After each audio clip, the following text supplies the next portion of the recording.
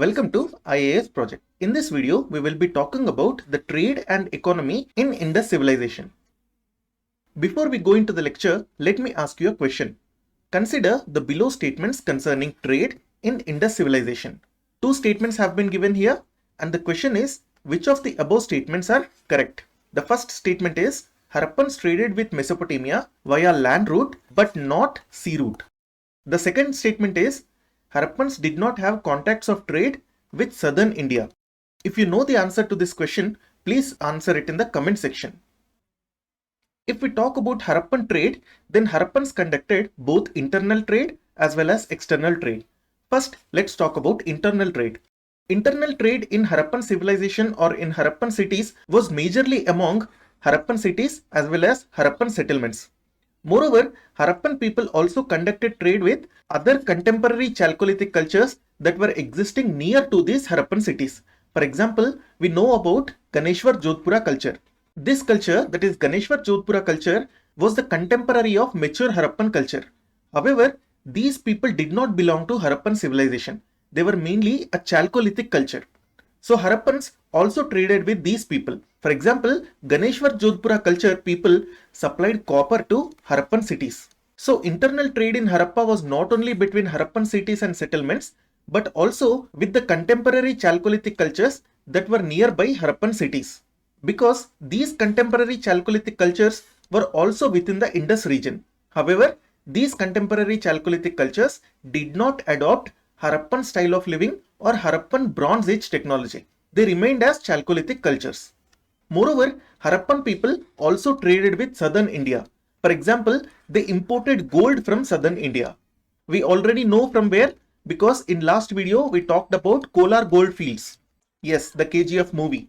Kolar gold fields or Kolar gold mines are located in Karnataka. So one of the sources of gold for Harappan people was Kolar, which is located in Karnataka. So therefore we can confirm that Harappan people also traded with people of southern India. While we are talking about trade, it is very important to understand what kind of transportation was there during Harappan time. If we talk about internal trade, then Harappans transported their goods mainly by bullock carts, that is through land route, and also by rivers, that is through riverine route. And if we talk about important rivers, they mainly used Indus and its 5 tributaries for supplying goods from one place to another. So, for the purpose of internal trade, Harappans used both land route as well as riverine route. We know that they used bullock carts because we have found evidences of terracotta bulls as well as terracotta carts. So, due to this evidence, we can say that Harappans transported their goods by using bullock carts. But we have to remember one thing, that is, Harappans did not know the technology of spoked wheel. What is a spoked wheel? Spoked wheel is nothing but the wheel which has spokes. Something similar to bicycle wheels. Bicycle wheels are nothing but spoked wheels. One of the most important advantage of spoked wheel is that it is light in weight. Because it is light, it is also more durable. However, if you look here, Harappans did not know the use of spoked wheels. So they more or less only used solid wheels but not spoked wheels. The use of spoked wheel actually started with Aryans. So this can be a prelims question right here. The statement is, Harappans used spoked wheel for transport. The statement would be false. Or another question like, who were the first people to introduce spoked wheel in India? Options can be Harappans, Aryans, Mahajanapada people, or let's say during Maurya period. So the correct answer would be Aryans, not Harappans. So this is about the land route. They also used the sea route and riverine route. How do we know this? Because we have found Harappan seals which had ship symbols on them. You can see ship symboled Harappan seals here. This is basically a boat or a kind of a ship. Here also you can see a boat or a kind of a ship. This picture is very elaborate actually. You can see a ship or a boat kind of thing very clearly. So by these evidences, we can confirm that Harappans used both land route as well as riverine or coastal route for conducting their internal trade. Now let's talk about external trade. Harappans conducted external trade mainly with Mesopotamia, Afghanistan, Iran and Oman. We already know the location of Mesopotamia. It is nothing but the present day Iraq and Kuwait and some parts of Syria. Mesopotamia developed in the valleys of Euphrates and Tigris rivers. So if we talk about transportation that was used in external trade, Then they used bullock carts, that is through land route. They also used riverine routes, and they also used coastal route. Bullock carts and riverine routes were mainly used to take the goods from the producing area to the seaports, from where the goods can further go into different regions. So we can say that the most important means of transportation by which Harappans conducted external trade was by coastal route, because mainly bullock carts and riverine routes were bringing the trade goods to the ports. And from the ports, using ships and boats, they took these goods to, for example, Mesopotamia, Oman, and Iran. We know that Afghanistan is a landlocked country, so obviously they used bullock carts to transport the goods from Harappan cities to Afghanistan. How do we know that these people conducted trade with all these external cultures? We have confirmation, or we have evidences, because we have found Harappan seals in Mesopotamia also. We know the importance of seals from the point of view of trade, because seals are mainly used to mark and identify transported goods or trade goods. Let's say if Harappan seals have been found in Mesopotamia, what does this mean? It means that there was not only trade between Indus Valley cities and Mesopotamia, but also some people of Harappan cities, or let's say some Harappans, also lived in Mesopotamia, because seals were carried by the persons to whom they belong. Moreover, sometimes seals were also worn around neck as amulets. So seals are basically personal property of people.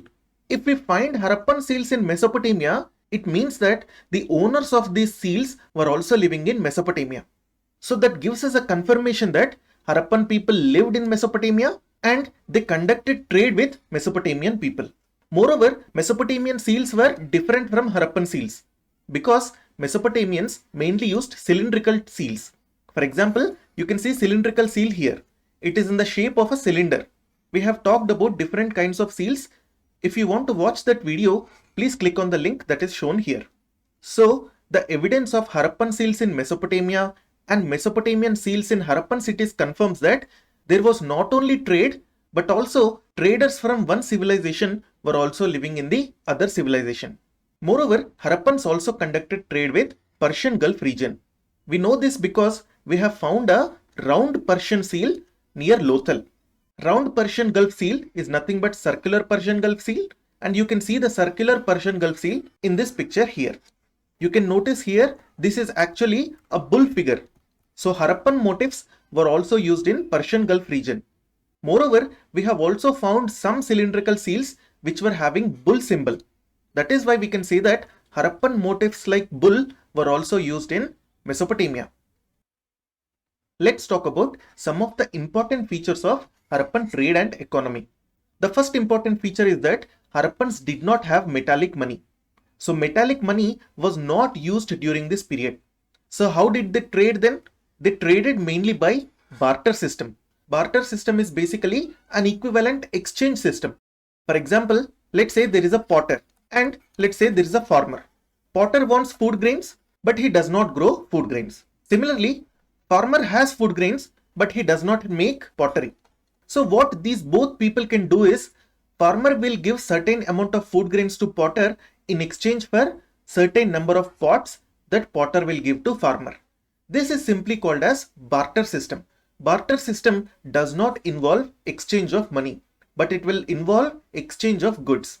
In economy syllabus, you must have studied about double coincidence of wants. So the barter system mainly works on the principle of double coincidence of wants. What double coincidence of wants means is, both the parties that are involved in exchange should be willing to sell as well as willing to buy both goods. For example, if the farmer wants to sell food grains, but he does not want pottery, he wants to buy, let's say, a bead necklace, then in that case, there will not be a deal between potter and farmer.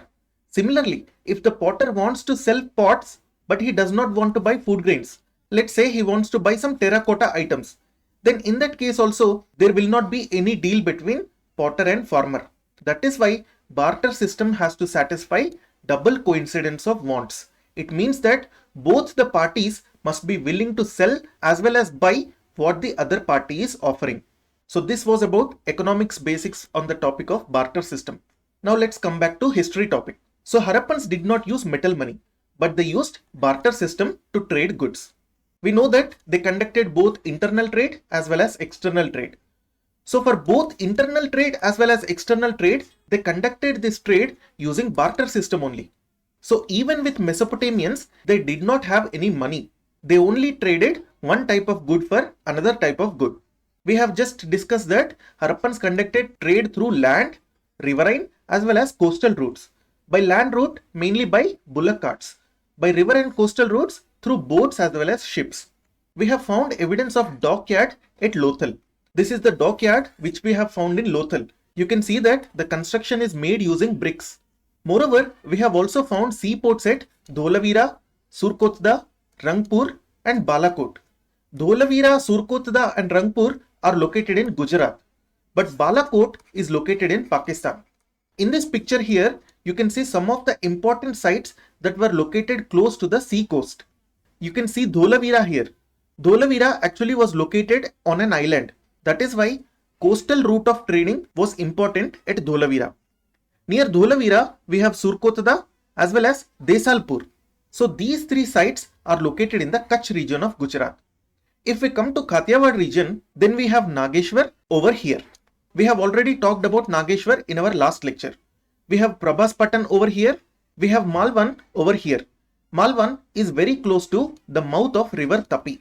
Then we have Rangpur as well as Lothal here. Lothal, as I have just said, is famous for dockyard. If we talk about Harappan economy, some of the important occupations during Indus Civilization were people were doing agriculture, people were making pots, there were carpenters, there were copper and bronze smiths, there were bead makers, brick makers as well as terracotta makers. So these are some of the important occupations that people were doing in Harappan civilization. So Mesopotamians mainly used cylindrical seals. These cylindrical seals also sometimes had Harappan motifs. For example, humped bull motif. You can see Harappan humped bull seal here. Please note that this is not a Mesopotamian seal. This is the Harappan seal. I have given this picture only for example purpose because Mesopotamian seals were actually cylindrical seals. However, sometimes these Mesopotamian cylindrical seals also had bull motif. Bull motif was actually a Harappan motif. Moreover, the round Persian Gulf seals also had some Harappan motifs. For example, in this picture you can see a circular Persian Gulf seal.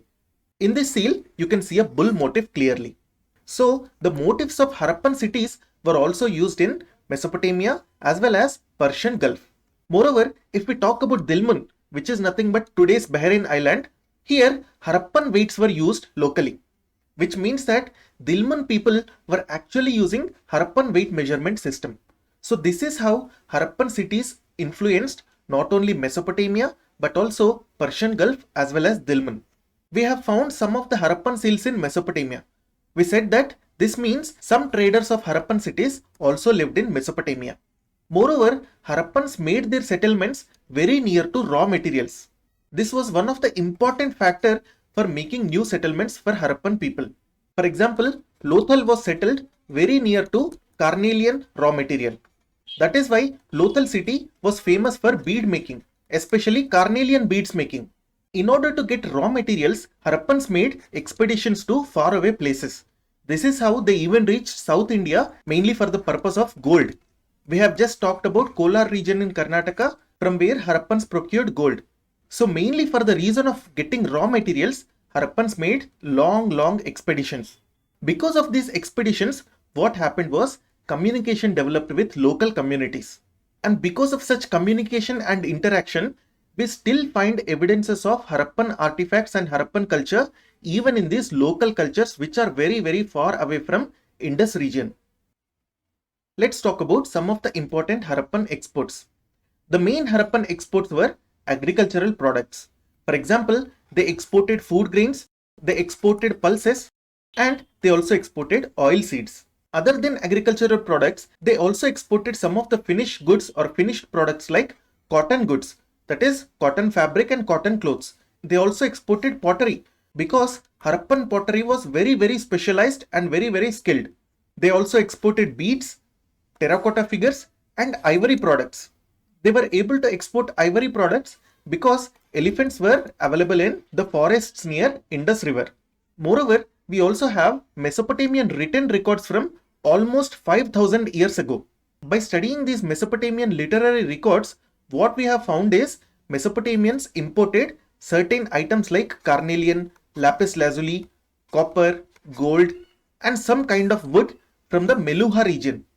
This Meluha region is nothing but the Indus region. So we have written record of this from Mesopotamian literature. So all these items were being imported by Mesopotamians from Harappan cities, which is nothing but the Indus region that was called as Meluha by ancient Mesopotamians. Moreover, in Lothal and Chanhudaro, there were many bead making factories, and these bead making factories were mainly making beads for the purpose of export to Mesopotamia, Persian Gulf, Oman and other regions. Let's talk about some of the important imports that were being done by Harappan cities. Harappan cities got their gold from Kolar mines in Karnataka. They also got their gold from Afghanistan as well as Iran. They got silver from Afghanistan and Iran, and most importantly, they got copper from Khetri mines in Rajasthan. And who were supplying this copper to Harappan cities? It was the Ganeshwar Jodhpura culture people who were supplying copper from Khetri mines to Harappan cities. They also got copper from Balochistan, and Balochistan is nothing but a province in Pakistan. They also got some copper from Oman, because we have discussed earlier that in Omani copper as well as the copper items that were found in Harappan cities, there was a common impurity which was nickel. Moreover, the composition of this nickel in both Omani copper items as well as Harappan copper items was same. That is why scientists firmly believe that Harappan cities were importing copper from Oman. They got tin from Afghanistan and Iran. However, the imports of tin were very small. That is why the number of bronze items which were made in Harappan cities were also very small. Because we know that bronze is nothing but copper plus tin. And if tin imports are less, then bronze items would also be less. Harappans got lapis lazuli from Afghanistan, particularly from the town or from the settlement of Shortugai, which is basically a trading outpost of Harappan cities. Harappans got jade and jadeite from Pamir region, Tibet, as well as Central Asia. You can also add China to this. Harappans got turquoise from Khorasan, which is nothing but Iran. They got steatite from Tapichaya in Iran. You don't need to remember the location, just try to remember the name. Even if you don't remember the name, then also it is okay. They also got steatite from southern Rajasthan as well as northern Gujarat regions. They got bitumen from Balochistan and also from Mesopotamia. Can you give me what is the use of bitumen today? Please answer in the comment section. Harappans got lead from South India. They got conch shells from Deccan as well as Saurashtra. We just talked about some of the names like Dilmun and Meluha. These names were actually given by Mesopotamians to other regions. Let's talk about these names. Oman, which is located over here, is nothing but Magan. This Indus region is nothing but Meluha. Bahrain Island as Dilmun. So here you can see Dilmun or Bahrain. Bahrain is basically an island that is located over here. The region which is northern Iran and Central Asia was called as Turan. You can see Turan over here. Turan was not basically a Mesopotamian term, but it was actually an Iranian term. However, you must note this name. Turan actually means northern Iran and Central Asia region, which is shown here. These names are very important from the point of view of prelims because they can be easily asked in match the following questions. So the Mesopotamian name Magan means Oman, Meluha or Melukka means Indus region, Dilmun means Bahrain, and Turan means the region of northern Iran and Central Asia. If you like the video, please subscribe. You can download this presentation from our Telegram channel, which is IAS Project. The link for this channel is given in the description below. Thank you.